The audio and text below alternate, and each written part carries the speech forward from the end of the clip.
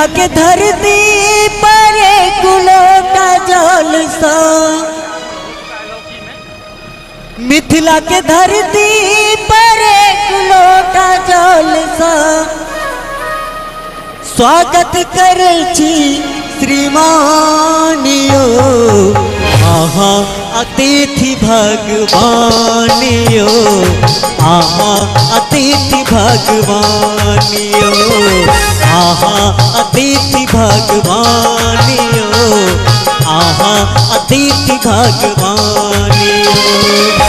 मिथिला के धरती पर एक लोटा जल सा, मिथिला के धरती पर एक लोटा जल सा स्वागत करे छी श्रीमानियो, आहा अतिथि भगवानियो, आहा अतिथि भगवानियो।